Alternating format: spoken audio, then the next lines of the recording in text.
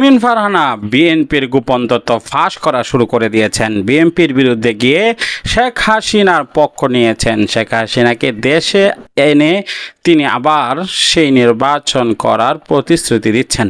ইতিমধ্যে গ্রেপ্তার হয়েছেন রুমিন ফারহানা। এবার ভয়ঙ্কর বিপদে পড়তে যাচ্ছে রুমিন ফারহানা, কেননা সে প্রকাশ্যে সেই আওয়ামী লীগের পক্ষ নিয়েছে। প্রিয় দর্শক, আসুন কথা না বাড়িয়ে একটি লাইক করে শেষ পর্যন্ত ভিডিওটি দেখতে থাকি। প্রিয় দর্শক, সম্পূর্ণ ভিডিওটি দেখলেন বুঝতে পেরেছেন ভিডিওটি অত্যন্ত গুরুত্বপূর্ণ। আমরা ব্রেকিং নিউজ, তাজা খবর, আপডেট টপিকগুলো আপনাদের মাঝে শেয়ার করি।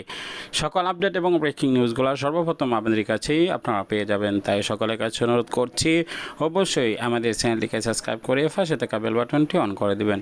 বিদায় নিচ্ছি, দেখা হবে অন্য কোনো ভিডিওতে। সেই পর্যন্ত ভালো থাকুন, সুস্থ থাকুন। আসসালামু আলাইকুম ওয়া রাহমাতুল্লাহ।